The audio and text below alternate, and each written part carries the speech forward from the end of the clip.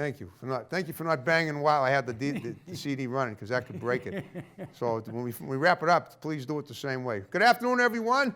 Welcome to Topic Time with Harrison Young. It's a bit of a drizzly afternoon out there in the late autumn, the final show before Halloween. I don't know what you guys are going to be doing for that, but in here we're going to be having an awesome show tonight, and I have a great guest in here. He's a musician. He's a computer programmer. But before we get to him, got to read these incredible underwriters. Got some awesome new ones, and then we will commence with the show per usual. So, got some new ones. We got Checker Cab Company in Taunton. That's a new one. We got RJ Auto Sales in Raynham. They're a new one. We got Zachary's Restaurant for breakfast and lunch in Stoughton. Yeah, RJ Auto Sales in Raynham. Yeah. We got Royal Pizza in Raynham. They deliver. We got K&J Doggy Palace in Raynham. They're a new one. We got Middleborough Barbering Company in Middleborough. We got Premier Martial Arts in Raynham. We got Joe's Diner in Taunton. They're a new one. Premier Martial Arts in Raynham is a new one too. We got Hutch Motorsports in Raynham. They're a new one. They have Gas Off-Road Authorized Service Center. We got Eli's Auto Repair in Taunton. They're a new one. We got C&J Auto Body, Auto Glass Towing in Stoughton. We got Sweezy Fence Erectors in Whitman. We got Schnell Performance Auto and Track in Bridgewater. They're a new one. We got Lynch's Auto Cycle Truck and Towing Center in Brockton. One number for towing, one for projects. We got John's Greenhouses and Flora Shop in Brockton. We got Dancer's Dream in Whitman. We got Vape Solutions in East Bridgewater. We got Team Martini and Sun Floor Covering in Abington. No job is too big or too small. We got Brighton Tire in Brockton, Brighton Tire Service, and we got MDI Auto Brokers and Repair in Whitman, home of the fully certified used car. And I want to thank you guys very much. And on that note, now I'll introduce this young man here. This is Matt Sambito. He's a musician, like I said. He's a computer programmer from way back. Way back. He's a character. I mean, when he looks a little like Gene Wilder. Remember from Thank you. Willy Wonka and the Chocolate Factory. No. Gene Wilder looks like me. Right. Okay. Sorry about Thank that. You. Thank you. Okay. But and when he did his plug on Facebook to appear on Topic Time, he posted himself like in a pork pie hat, like Abe Lincoln, because he was working in Illinois. He took a picture of him when he was working in Illinois. He's worked all over the country, I guess. And we got a little musical clip. We're going to watch him and his band. What's the name of the band? The band we'll be seeing tonight is the Tony Soul Project. Okay. I worked with them for about 4 or 5 years. Great band out of Central Mass. Okay. Wonderful bunch of guys. We'll be seeing something we did at a benefit. I think there's 160 pieces on stage at one point. Wow. Yeah. Well, maybe 9 or 10. Okay. Well, let's talk about you, though. I want to break it down. I brought you here tonight. We had a great conversation. I'm trying to learn something about you. So, by trade, you're a computer programmer, correct? Yeah, I do technical support. I've done programming. I've done just about anything that you need to do with a computer. Okay. I did a lot of corporate training, coast to coast. Okay, that's all around the country, right? Yeah, I've been to big places. I did some training at C-SPAN. I've done a lot of Fortune 500 companies. Wow. Yeah. And yet you're not really college educated, or are you? Well, I didn't know it was that apparent, but no, it's not apparent. Nothing's apparent. That's why you ask questions. I've got the better part of an associate's degree. Okay, from where? From Manchester Community College. New Hampshire? Yeah, up in Got New it. Hampshire. Okay, Yep. cool. But it was easier back then. There weren't as many presidents, so the history okay. course was a little easier to pass. Okay. Well, tell me about, now look, here's what we're going to do, like I do with all my guests. Sure. I break down what they were like as kids growing up Okay. and how they got them to where they're at now. Okay. So tell me about you. I remember you told me you grew up in Leominster, Mass. Leominster, yeah. And we have a great rivalry in my high school and your high The school. Blue football. Devils, yeah, we kicked your butt a lot. We do, yeah. Yeah, we Well, did. you also took us out of number 1 on October 14th, 1988, just a little over 32 years ago. I'm sorry about that. Well, I'm sorry too, but what are you going to do? But anyway, so tell me about what life was like growing up for you there, and what would you do as a kid? How did it get you where you're at now? Well, it was. If I have any questions, I'll Okay, wing 'em. I think I know what you asked. Okay. Back in Leominster is a great town for musicians. Okay. There's a bunch of great ones that came out of town. Okay. And it was really easy for me just to hang out at the music store at that time. Okay. My dad knew a bunch of the guys that ran the music store. I hung out there, bought my first bass there. Whose music store? It was Kanakia. It was called Metro Music. There was a guy there, Paul Salvatore. He's still around. I saw him a couple of years ago. Okay. It truly was the hangout. I think I heard my first Frank Zappa album there. Wow. Mother's we'd of always- Invention. Yeah, Now, you're a year older than I am, so I'm guessing this was probably like 50 years ago. Yeah, back in the 60s. Well, a little longer than 50 years well, ago. yeah. Okay. I bought my first guitar, I think, in 74, 73. So you would have been about 15, 16. Yeah, right Okay. about then. Yeah. And when you did that, you bought your first guitar, did you take lessons or were you self-taught? Yeah, I took about 10 or 15 lessons, yeah. Okay. I And- thought you were a saxophonist for some reason. No, Okay, no, okay, that's no, fine. no. Don't worry about it. No, I'm a bass player, so you only need about 10 lessons. Right, that's Yeah. true. It's an easy instrument, but it's not, it's an easy instrument to master. It's not an easy instrument to get rich with. On the other hand, some people, Is strike there- the right is there notes and you never know, one-hit wonders, and there you What's go. the instrument you get rich off of? Look That's- what Mason Williams did with classical gas several years Okay, ago. absolutely, Yeah, absolutely. Or he's wonderful. Liberace, he did with the piano. That's right. Yeah, that's okay. it. All right, so you took lessons, and then you took a few lessons, and then did you join a band as a young guy? You had Well, a my team? mom, at that point, my mom lied to me. Okay. She told me that, stay out of the music business because it's nothing but wild parties and drunken orgies every night after the show. Like, what's wrong with that? Well, that's what I said. Yeah. Okay. But I ended up finding out that she lied to me. It's not like that at all. There's a lot of more burritos heated by light bulbs in gas stations Okay. than there are drunken orgies and groupies running around. So Okay, right. yeah, I a know little, that. little disappointing. And Well, I've had lots of musicians on as guests, and I've already learned this, but it's always good to hear it from someone else too. Okay, well, that having been said, after your mother lied to you, what did you said you probably thought this is something I definitely want to do. yeah, now. well, I went into the service. I went. You were in the military? Yeah, I was in Really? the Air Force for a couple of years. I was. After you graduated high school? Yeah, Okay. absolutely. I was controlling interceptors that Okay. had nuclear missiles on them. Really? Yeah. Were you actually, so you were in combat, or you? No. You were Well, working with NORAD? I was in the Cold War. I was waiting. Yeah. Waiting in a bunker out there in Duluth, Minnesota, for the Ruskies to come up over the pole. Yeah. Wow. Yeah, it was an interesting job. I mean, I don't know whose idea it was to give an 18-year-old like me, the button. I know the chance to blow the world up. Well, But you did your job well because we're still here. well, we'd like to think so. Right. Well, I got out of the service in, at 21 at the time. Didn't really feel like working 9 to 5. Didn't seem like the thing I wanted to do, and I figured I was young enough to give it a shot. So I just ended up playing with as many bands as I possibly could. Wow. I ended up playing country music in Boston for about 10 years. Cool. On the John Penny circuit. Okay. I did that. I mean, there was. I've got some of my old calendars. I was working 20 nights a month, which okay. some months it was great. But you can't make a living like that. There's no 401k. There's no health insurance. All right. And you're dealing with band leaders. There's no HR department to complain to when things go south on you. Okay. So it was kind of a hard life. Kids came along. I got married. Kids came along. Yep. Decided to be a home dad for about 8 years. Wow. So I took a little time off doing that, and just came back. Been playing around New Hampshire. Met Arthur. Played with Marshall. Arthur, what's his last name again? Arthur James. James, right. But- I thought Arthur James was his middle name. No, it's his last name. Well, none of it's his real name. Oh, it isn't. No, See, it's I had him not. I had him on as a guest 4 years ago. Well, he's given me $10 not to mention his real You don't name on mention air his name. tonight. Unless I give you more money to have you mention Well, it, but that I'm would not gonna. certainly be the American way. Yes, it would. But that's underhanded stuff. I only do that when someone has screwed me over. And to be perfectly blunt, I've had it up to here with Arthur James. Yeah, he keeps firing you. Just Yeah, like, he does. just like Billy Martin and George Steinbrenner. Well, he fired me for the mutton chops one time, and I didn't even have mutton chops. So, Okay. and then, But anyway, so tell me about how many bands do you think you played with in New Hampshire and I Boston? think one time I counted it was like 40, 45 different bands. Wow. Not for a lot of them were pickup gigs. Okay. You become a little bit of a musical prostitute. Were all your performances in bands, or did you solo too? Oh no! Well, bass players don't solo Oh yeah, very that's much. right.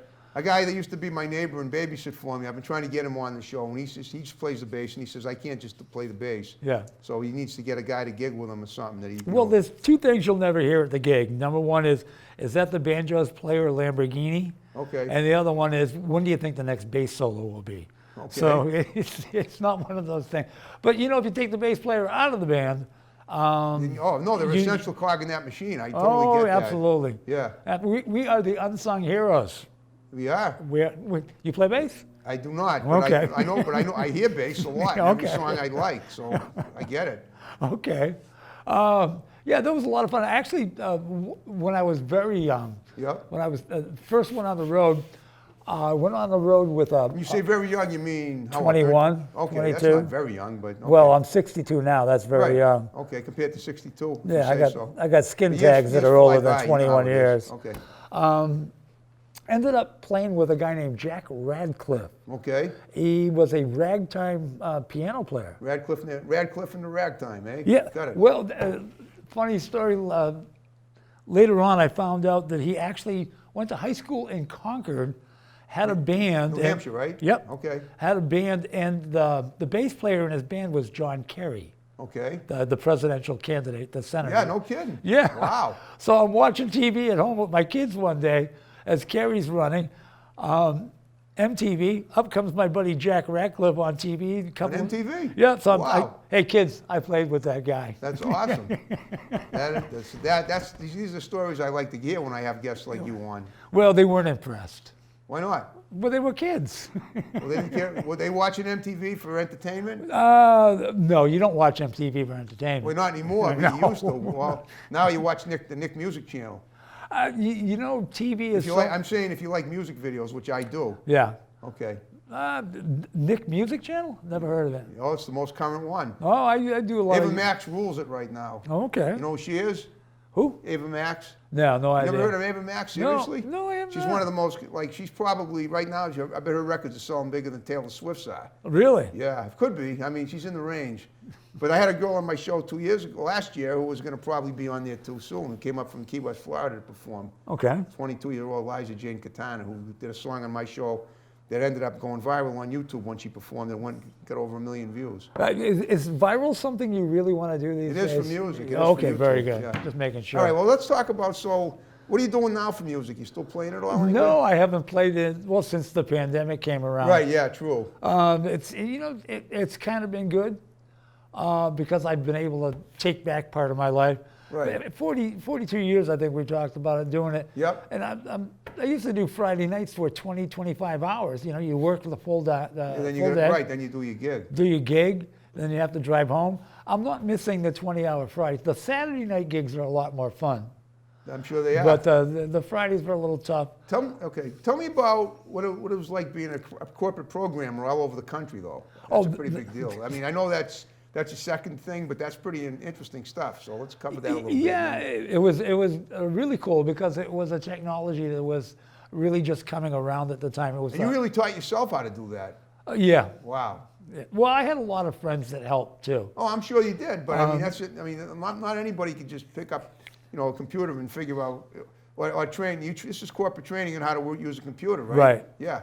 I mean, that's no easy feat for anybody. No, teaching anyone anything is not that Right, it easy. isn't, It's an art form. Yeah. I actually, when I was working for Clark University for a while. That's Worcester. Hello, Mary Sather.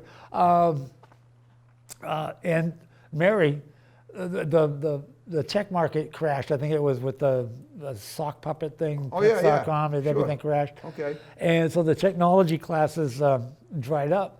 She got me into teaching anatomy and physiology. Wow. Pharmacology, just the 101 courses. Cool. Yeah, it was really cool. I got to teach medical law and ethics, which I thought was. Wow. What the hell do I know? Well, on that note, we're actually going to watch a little video of you playing with one of your bands. Right, with the Tony Soul Project. Okay, so right now, so without further ado, we're gonna catch a little break, watch and hear. Shout out to all my buddies in All those the buddies, video: Sandy McDonald, Bobby Kramer, Mike Caladari, Phil Delane, Tony. You're Tony about to be seen on Ferrante. Topic Time. Yeah, Jeff Giacomelli. Okay. All right. And then when we're done, we'll get back to the interview. So without further ado, catch these guys, and they're going to be great. And we'll be right back.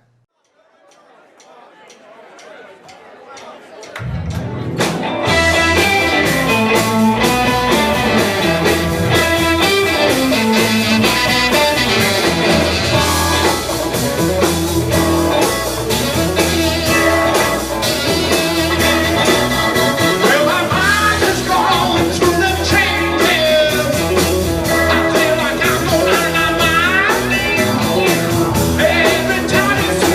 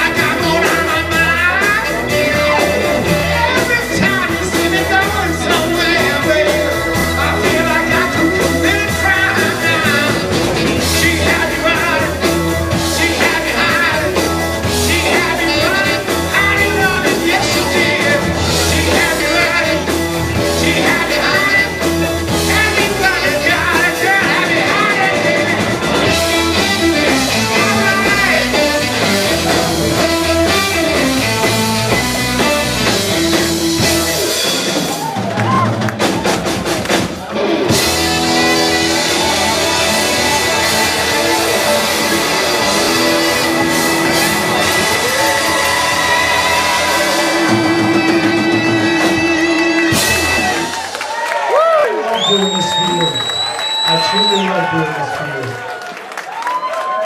Fantastic. Oh, that was awesome. Woo! Was that an original? No. It's an old Buddy Miles tune. It's Okay. Them Changes. Okay. And man, we blew it out. That was a great afternoon. Fran D'Agostino was a good friend of the band's. Okay. Passed Where'd away you very perform quick. that? Huh? Where did you perform that? Where? That's at the Elks Club in Leominster. Okay. And how long ago was this about? Oh God, it'd be about 6 years ago maybe. Oh, that's not that long ago. Well, So you say 6 not to years? you and me. No, but you said 6 years, right? Yeah, Oh, yeah. that's not that long ago. No, and I played with Tony for about 4 or 5 years. Okay. And at one point we did another benefit for another gentleman, John Marconi. Okay. And there's another video, and I think I counted 12 people on stage. Wow. With all the horns. You know, and all that's the more than you know the band The Brooklyn Bridge. That's only 11. Okay. Girl, I can't believe you're getting married. You know that classic, right? Yeah. Well, we did the benefits with the big band because nobody's getting paid. Okay. You know, you can't pay 12 pieces on a gig pay. Right. Okay. They don't pay a poop. Oh, I So, hear you. yeah. Okay. Well, and that's kind of one of the things I'm hoping that'll change after all this COVID goes away, is that bands get paid a little bit better for what they do. Okay. Right. They should. They should get yeah. paid a lot better for what they do. Yeah, I mean, I'm making basically not much better bread than I was in the 70s and the 80s. Okay.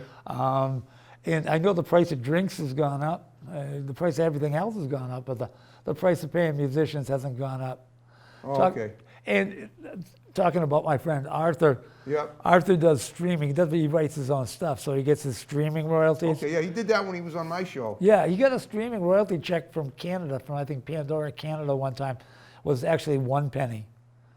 Okay. Well, yeah, but Canadian pennies are worth more sometimes. Well, than you American never know. pennies. That's what the discussion was what's the conversion rate? You have to pay taxes and tariffs. Right, and, right. And it's very difficult to make a living doing music these days. Right. That's Very good. difficult. But some people know how to do it. I mean, if they you know. Well, they did before all this came down. Oh, I but know. it's- This changed it, but it'll be back. I mean, the way it was before. It'll never come back the way it was before. Really? Okay. I hope not. Well, I hope all it's right. better. Well, so let's look ahead now. What Sure. does the future look like for you going forward? Well, for me, I don't know. I think there's a lot of You seem like a happy guy. Yeah, you know, I was trying product placement for a little while, making my own products and selling them. Yep. And it really hasn't. What were you been- making? What kind Well, 2 years ago for Christmas, Yep. we back at the giant research and development warehouse, we developed a Velcro underwear. Okay.